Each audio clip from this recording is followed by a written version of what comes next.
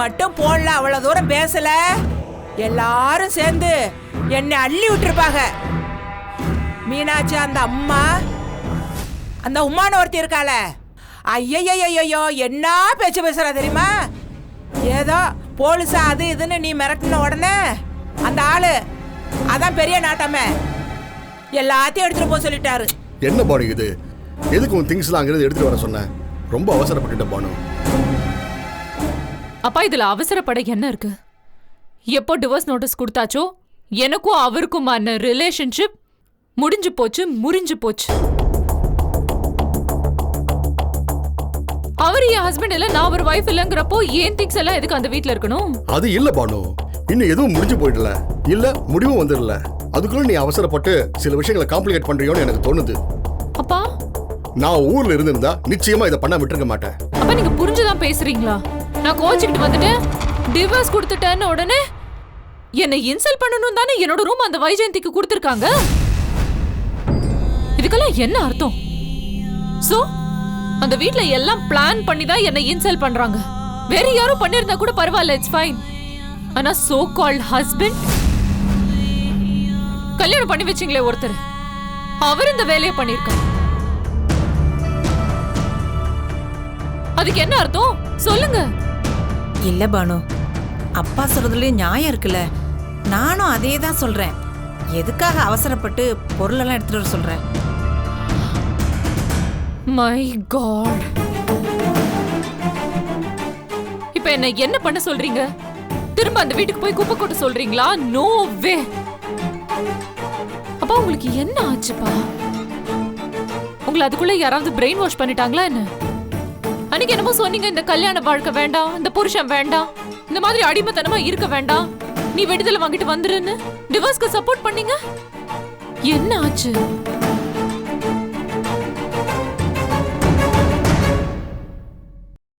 ஏன்பா இவ்ளோ குழப்பம்? ஏன் மாறி மாறி பேசிட்டே இருக்கீங்க? அந்த வீட்ல யாராவது ஏதாவது பேசினாங்களா? நம்ம தான் பேசி டிசைட் பண்ணிட்டோம்ல, இன்னும் ஏன் திரும்ப கேட்டு கேட்டு கேட்டு? எதுக்கு இவ்ளோ கன்ஃபியூஷன் பா? சரி பானு, நீ சொல்றது எல்லாமே சரிதான். முடிவு எடுத்தாச்சு, முடிஞ்சும் போயிடுச்சு. ஆனா நீ சந்தோஷமா இருக்கியா?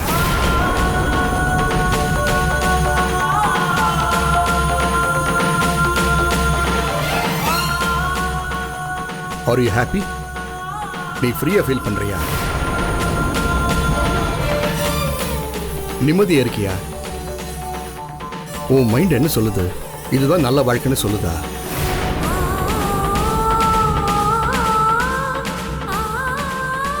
அவங்க வீட்டை பத்தி, அவங்க வீட்டில் இருக்கிறவங்கள பத்தி, உன் ஹஸ்பண்டை பத்தி எந்த நினைப்பும் இல்லாம இருக்கியா?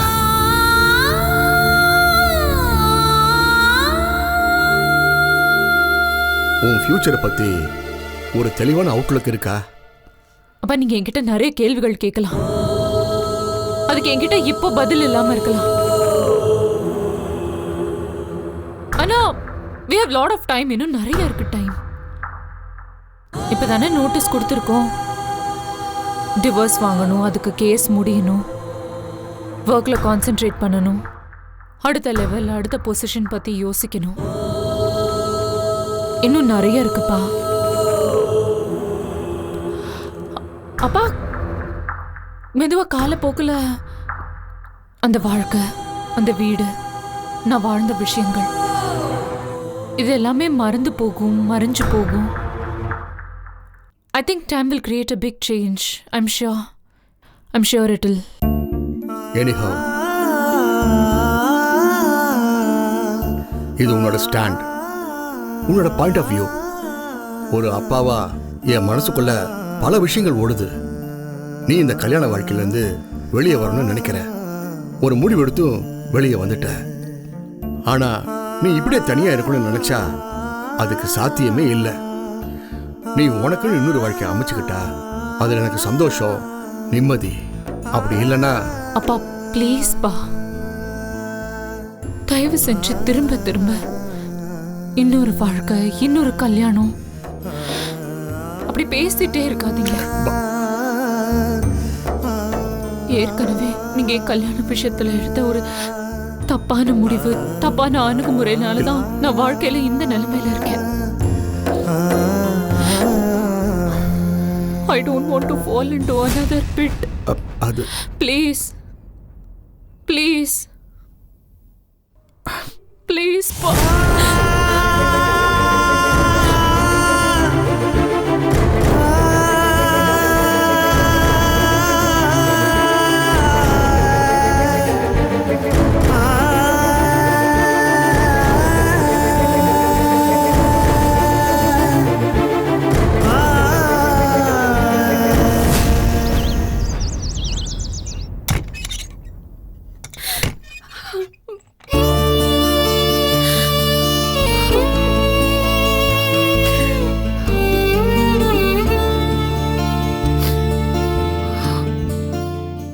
வைஜெயந்தி,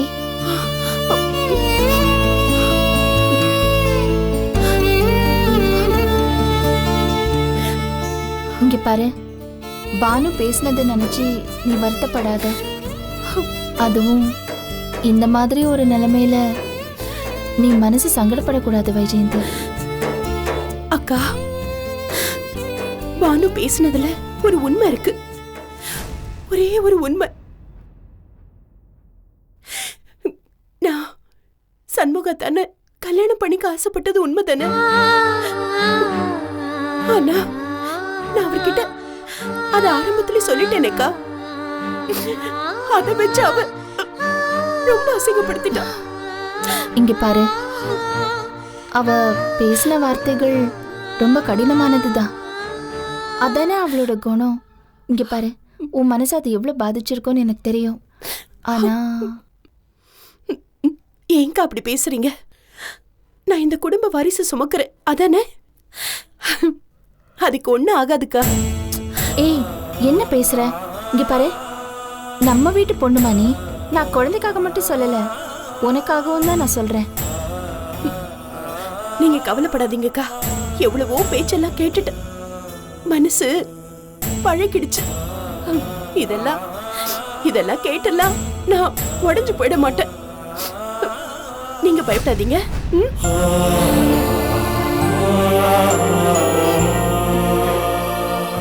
பாத்துக்கோ.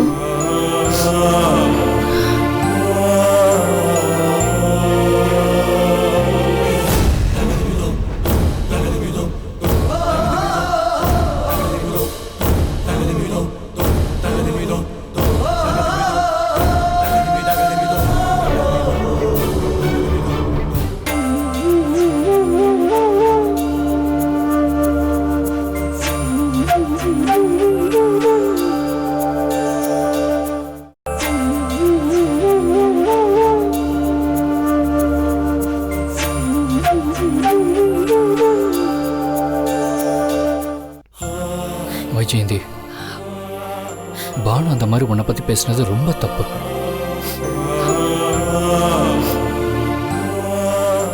அவ சார்பா நான் உங்ககிட்ட மன்னிப்பு கேட்டுக்கிறேன். நீங்க ஏங்க என்கிட்ட மன்னிப்பு கேட்கணும்? அப்படி கேட்கறதா இருந்தா நான் உங்ககிட்ட பல விஷயங்கள் கேட்டிருப்பேனே. அன்னைக்கு என் கூட பிறந்த அண்ணன் சடகோப்பனை என் கண்ணு முன்னாடியே நீங்க செருப்பால அடிச்சீங்க.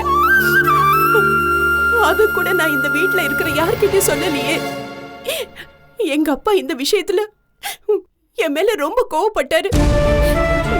நீ ஏன் சண்முகத்தை கேட்கலன்னு அவரு என்ன கேவலமா திட்டினாரு. அத பத்தி ஒரு வார்த்தை நான் உங்ககிட்ட பேசினேனா? எங்க அப்பா அன்னைக்கு என்ன பார்க்க வந்தப்ப கூட நீங்க ரொம்ப கடுமையா பேசுனீங்க. நான் அத பத்தி கூட உங்ககிட்ட கேட்கலையே. இவ்வளவு விஷயம் நடந்ததை கேட்காதன்னா பானு பேசின விஷயத்தை மட்டும் பெருசுபடுத்த போறேன்னா என்ன?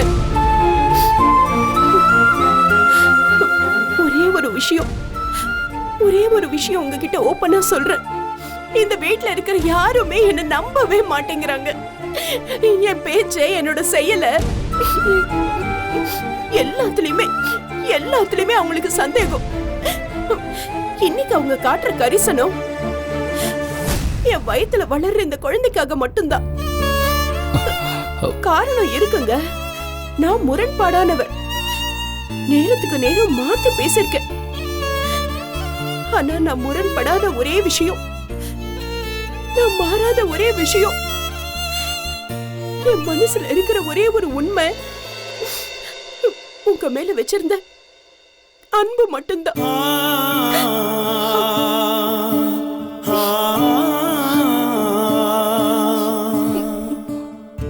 நீங்க தயவு செஞ்சு என்ன தப்பா புரிஞ்சுக்க வேண்டாம்.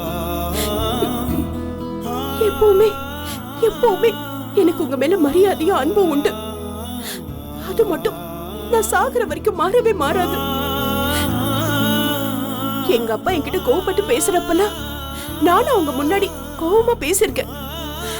அதெல்லாம் அவர் முன்னாடி மட்டும்தான்.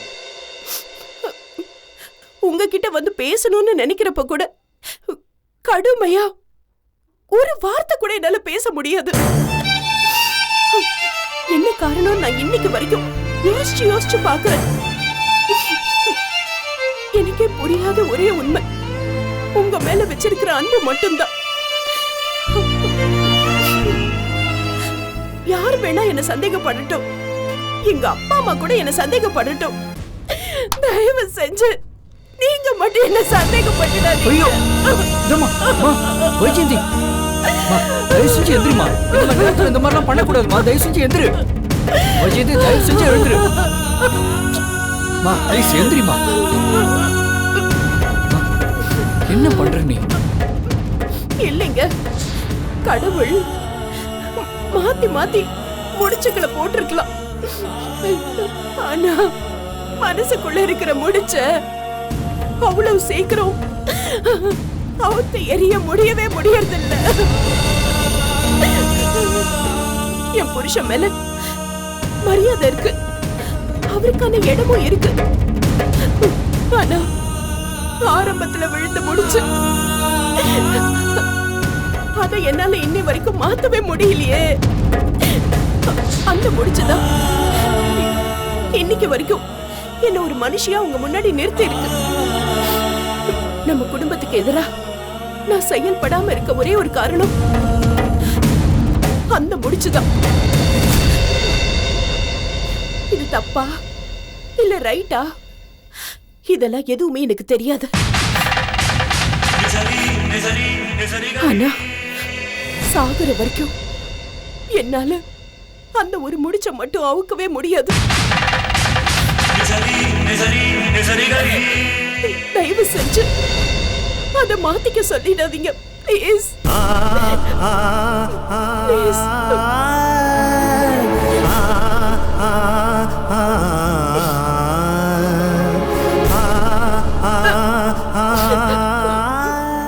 உன் மேல எனக்கு எந்த சந்தேகமும் இல்லைம்மா. உன்னை நான் பரிபூர்ணமா நம்புறேன். இந்த குடும்பத்துக்கு நீ நல்லது மட்டும்தான் நினைப்பேன்னு நான் நம்புறேம்மா. கவலைப்படாத.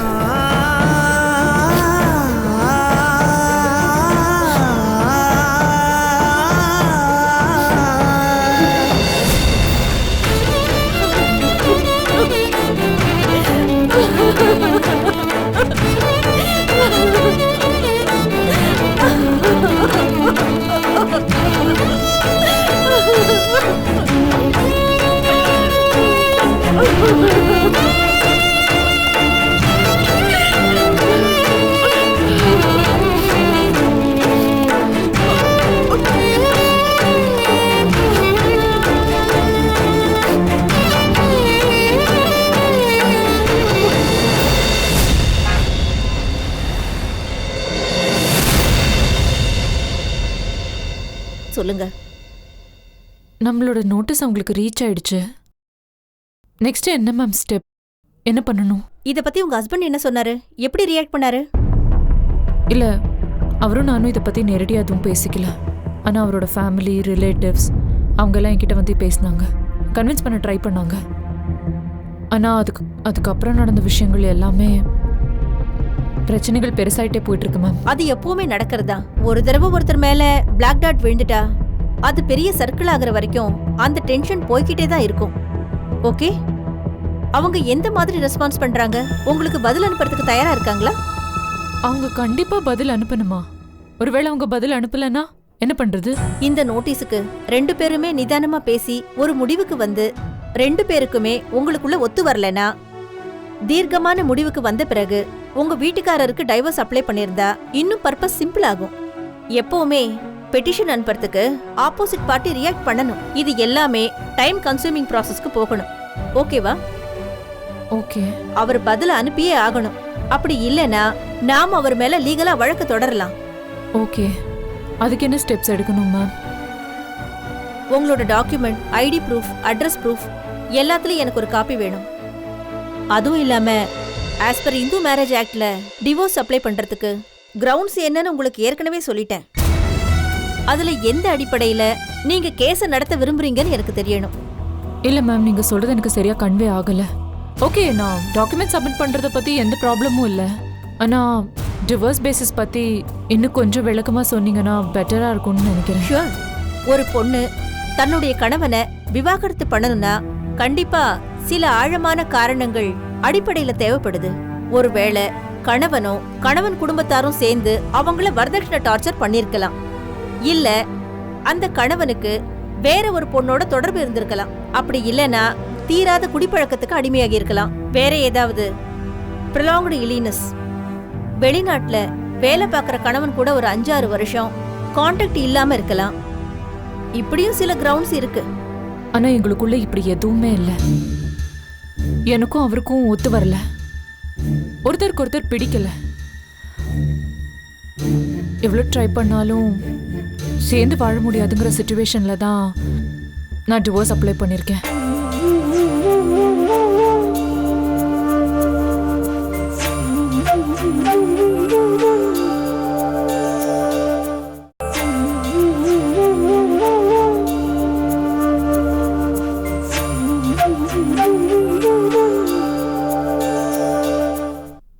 சேர்ந்து வாழ முடியாதுங்கிற சிச்சுவேஷன்ல தான் நான் டிவோர்ஸ் அப்ளை பண்ணிருக்கேன். கல்யாணம் ஆகி எத்தனை வருஷம் ஆகுது பானு?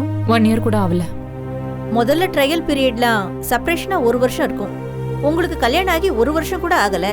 நீங்க ஒருத்தர் யாருன்னு புரிஞ்சிக்கவே 1 வருஷம் சரியா இருக்கும். ஆனா எங்க இப்ப எல்லாருமே ஃப்ரீக்வன்சி மேட்ச் ஆகல, வேவ் லென்த் மேட்ச் ஆகல, கெமிஸ்ட்ரி, பிசிக்ஸ், பயாலஜி இதெல்லாம் ஒர்க் அவுட் ஆகல அப்படின்னு பல காரணங்கள் சொல்லி டைவர்ஸ் கேக்குறாங்க. ஆரம்பத்துல இருந்து எனக்கும் அவருக்கும் அட்டாச்மெண்ட் இல்ல, ஒரு பாண்டிங் இல்ல. நானும் அவரும் புருஷன் பொண்டாட்டியா வாழல. அப்படியே வாழ முயற்சி பண்ணாலும் அவங்க குடும்ப சூழ்நிலை ஒத்துழைக்கல. அவர் என்னமோ ஒரு 4ஆம் தரமா ட்ரீட் பண்றாரு. அவருக்கு அவர் ஃபேமிலி முக்கியம், அவங்க பிரதர்ஸ் முக்கியம், அவங்க அண்ணி, அம்மா, சிஸ்டர்ஸ் இவங்கெல்லாம் தான் முக்கியம். அதுக்கப்புறம் தான் நான். ஸோ புரியுது. ஸோ நீங்க ஜாயிண்ட் ஃபேமிலி, கொஞ்ச நாள் தனியா வந்து இருந்தா உங்களுக்குள்ள அண்டர்ஸ்டாண்டிங் ஏற்படும்ல? ஆஹா இல்ல மேம், நீங்க நினைக்கிற மாதிரி அது அவ்வளோ ஈஸி இல்ல. அதுக்கு வாய்ப்பே இல்ல. அவங்க வீட்ல கண்டிப்பா இதுக்கு ஒத்துக்க மாட்டாங்க. அப்படியே அவங்க வீட்ல ஒரு வேளை சம்மதிச்சாலும் இவரு கண்டிப்பா அதுக்கு சம்மதிக்கவே மாட்டாரு. ஸோ 1% கூட சான்ஸ் இல்ல. ஓகே, நீங்க சொல்றத பாக்கும்போது தனியா வர்றது கஷ்டம்தான். ஸோ நீங்க இந்த விவாகரத்துல முழு மூச்சா இருக்கீங்க இல்லையா? Yes, I am very very very clear. நான் எல்லாத்தையும் தெளிவா டிசைட் பண்ணதுக்கு அப்புறம் தான் உங்ககிட்ட நோட்டீஸே அனுப்ப சொன்னேன். ஐ am very clear madam, that's it. நான் ஏன் கேக்குறேன்னா, ஆத்திரத்துல இப்போ முடிவு எடுத்துட்டு பின்னாடி ஃபீல் பண்ணி அப்செட் ஆகுறதுல ஒரு பிரயோஜனமும் இல்ல. ஒரு விஷயம் பானு, எதுவுமே அறுத்து விடுறது ரொம்ப சுலபம். ஆனா மறுபடியும் ஒட்ட வைக்கிறது அவ்வளவு ஈஸி இல்ல. நான் இந்த தொழில்ல வக்கீலா இருந்தா கூட என்கிட்ட வர எல்லா பொண்ணுங்களுக்கும் இந்த விஷயத்தை தான் சொல்லுவேன். அந்த காலத்துல பொண்ணுங்க புருஷனையே நம்பித்தான் வாழ்ந்துகிட்டு இருந்தாங்க. சதி முறைய பத்தி கேள்விப்பட்டிருப்பீங்களே? புருஷன் இறந்த உடனே அவங்களும் உடன்கட்டை ஏறி போறதுன்னு. ஏன் குஷ்டம் வந்த புருஷனை கூட கூடையில தூக்கிக்கிட்டு பிராஸ்டியூட் வீட்டுக்கு கூட்டிட்டு போற மனைவியை பத்தி படிச்சிருக்கீங்கல்ல? இப்ப காலம் மாறி போச்சு. இதெல்லாம் முட்டாள்தனத்தோட உச்சகட்டம்னு தோணினா கூட அப்போ பெண்களுக்கு கணவன் மேல காதல், அதிகமான லவ் அஃபெக்ஷன்ஸ் எல்லாம் இருந்துச்சு. இப்போ நத்திங். மேபி அவங்களுக்கு நிறைய சம்பாதிக்கிற திறமை வந்துடுச்சு. நாமையே இன்னொருத்தருக்கு டிபெண்டடா இருக்கணும்னு நினைக்கிறாங்க. சோ அது அடிமை வாழ்க்கைன்னு பிளான் பண்ணி விவாகரத்தை விடுதலையா நினைக்கிறாங்க. 9 வருஷம் லவ் பண்ணிட்டு கல்யாணம் ஆன ஒரே வருஷத்துல டிவோர்ஸ் வாங்கின பொண்ணுங்களும் இருக்காங்க. இல்ல மேம், என்னோட நிலைமையே வேற. எனக்கு ஆரம்பத்துல இருந்தே அவர் மேல இன்ட்ரெஸ்ட் இல்லை. கல்யாணத்தை பத்தி யோசிக்கிறதுக்கு முன்னாடியே கல்யாணம் நடந்து முடிஞ்சு போச்சு. அதுக்கப்புறம் அவங்க வீட்டில் தொடர்ந்து நடந்த பல சம்பவங்கள் என் மனசை ரொம்ப கஷ்டப்படுத்தியிருக்கு. ஒருவேளை அவர் என் மேல அன்பா இருந்து எனக்கு ஆதரவா இருந்து எங்களுக்குள்ள ஒரு நல்ல அண்டர்ஸ்டாண்டிங் இருந்திருந்தா சிச்சுவேஷன் வேற மாதிரி இருந்திருக்கலாம். ஆனா அவர் மேல எனக்கு பிடிப்பே இல்லாத இந்த நிலைமையில எனக்கு அங்க நடக்கிற சின்ன சின்ன விஷயங்கள் கூட பூதாகரமா தோணுது. இனி முடியாது. எனக்கு புரியுது. ஒருவேளை நீங்க 2 பேருமே முடிவெடுத்து தனியா வந்து உங்க வாழ்க்கையை பாத்துக்கிற சூழல் இருந்தா பெட்டரா இருக்கலாம். அட்லீஸ்ட் கொஞ்ச நாளைக்கு. அவங்க ஃபேமிலில இருந்து உங்களை பிரிக்கிறதுக்காக நான் இதை சொல்லல. ஆனா உங்க 2 பேருக்குள்ள ஒரு அந்யோன்யம் வர்றதுக்கு சான்சஸ் இருக்கு. Okay, that's fine. நடக்காதுன்னு நீங்க சொன்ன பிறகு அத பத்தி பேசி யூஸ் இல்ல. நீங்க நெக்ஸ்ட் என்ன பிளான் வச்சிருக்கீங்க? வெயிட் பண்ணி பார்க்கலாம் மேம். அவங்க என்ன ரிப்ளை பண்றாங்கன்னு பார்க்கலாம். அதுக்கப்புறம் என்ன பண்றதுன்னு நீங்களே சஜஸ்ட் பண்ணுங்க. ஓகே, அவங்க ரிப்ளை பண்ண பிறகு அவங்களோட லீகல் அப்ரோச் எப்படி இருக்குன்னு பாத்துக்கிட்டு நீங்க 2 பேருமே ஒரு கவுன்சிலிங் செஷன் அட்டெண்ட் பண்ண வேண்டியிருக்கும். அதுல உங்க எண்ணங்களை தெளிவா சொல்லுங்க. உங்களுக்கும் ஏதாவது அலிமோனி எதிர்பார்ப்புகள் இருந்தா அதையும் சொல்லுங்க. ஐ மீன், அவர்கிட்ட இருந்து ஜீவனாம்சமா இந்த தொகை வேணும், இல்ல மாசம் இவ்வளவு பணம் வேணும்னு. அந்த கவுன்சிலிங் முடிஞ்சு உங்களோட ட்ரையல் பீரியட் செப்பரேஷன் ஆரம்பிக்கும். அந்த சமயத்துல உங்க 2 பேர்ல யாருமே வித்ட்ரா வாங்காம இருந்திருந்தா கோர்ட்ல உங்க விவாகரத்து வழக்கு நடக்கும். அதுக்கப்புறம் சட்ட ரீதியா உங்களுக்கு ஆர்டர் கிடைக்கும். குழந்தை இல்லாததுனால அந்த சிக்கலும் உங்களுக்கு இல்ல. அண்ட் நீங்க அவர் மேல ஹராஸ்மெண்ட் கேஸ், வேற டார்ச்சர் கேஸ் எதுவும் கொடுக்காம இருக்கிறதுனால ஸ்டெப்ஸ் ஸ்மூத்தா இருக்கும். நான் எனக்கு அவரையே வேண்டான்னு டிசைட் பண்ணிட்டேன். அவர் கொடுக்குற பணம் எனக்கு எதுக்கு? எனக்கு என்னோட ஜாப் இருக்கு. அதை வச்சு கண்டிப்பா என்னோட லைஃப் என்னால ஸ்மூத்தா ரன் பண்ண முடியும். ஓகே மேம், நான் டாக்குமெண்ட்ஸ் எல்லாம் சப்மிட் பண்றேன். அப்படியே நெக்ஸ்ட் டைம் மீட் பண்ணும்போது உங்க ஃபீஸையும் செட்டில் பண்ணிடுறேன். நீங்க ப்ராசஸ் பண்ணுங்க ma'am. Okay Banu, sure, don't worry. Life அது போக்குல விடுங்க. Best things will happen to you. Thank you. See you, ma'am. Thank you. Bye.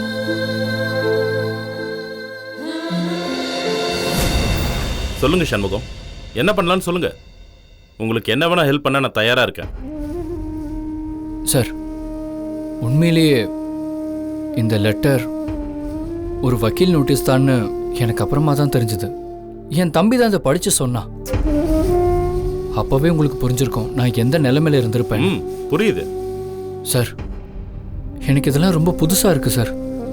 என் குடும்பத்தில் இது வரைக்கும் இந்த மாதிரி ஒரு சம்பவத்தை நான் பார்த்ததே இல்லை.